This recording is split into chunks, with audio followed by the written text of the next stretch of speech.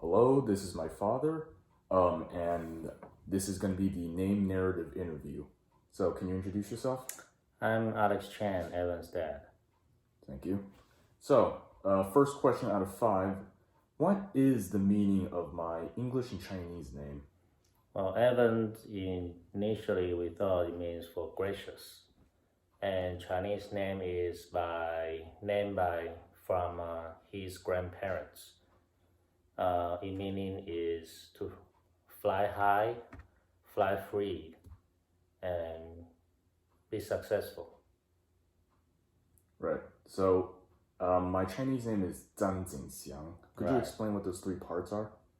Zhang is the last name, Jinxiang is the first name. So, the Jingxiang specifically is the meaning that you said? Yes. Is there any? And I guess the second question is, how and why were those names chosen?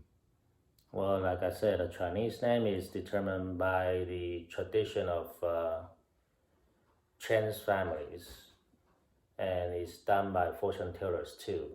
So that's how our tradition is. English name, we kind of go through with a book, and we pick Evans because the meaning behind it is nice. It means gracious, young warriors. So it sounds great, and it kind of similar to his Chinese name in terms of his meanings.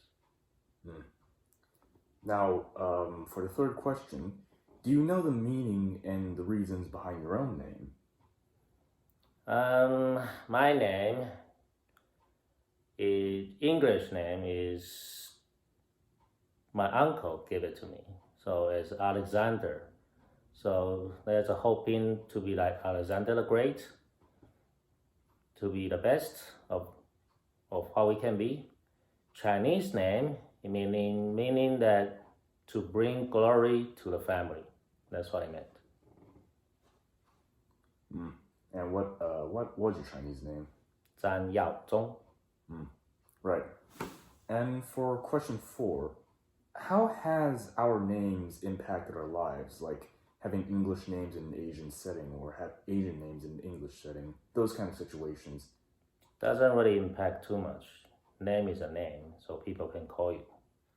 But in Chinese name, every name has a meaning to it. But as the modern world now, to us, it's just a name. Well, and the final question, have you noticed any cultural differences between when you lived in Taiwan and England and the United States? Did your name play any significant part in experiencing these cultures? Name-wise, like I said earlier, in Asian world, especially Chinese, the name, Chinese name, it has its own meanings to it. So it's kind of tradition that is honored to name that child. So usually it's grandparents or parents, and you have to go through the fortune teller to make it more good fortune for the kids. That's what the name is about. Cultural difference living in Taiwan, England, and US. Taiwan is in Asia. It's more conservative. People have to look out for themselves, social norms, and you, apart from living in for yourself, you also have to look out for others, have to look at what others think about you. So it's a lot more pressure. England and US are Western world. They are more liberal. But compared to England and US, England is a little bit more conservative than the US. It's more traditional. They follow tradition a lot more. In the States, we are more liberal. We like to do what we think we want to do for ourselves. So in US, they think about themselves rather than think about others because they prefer freedom.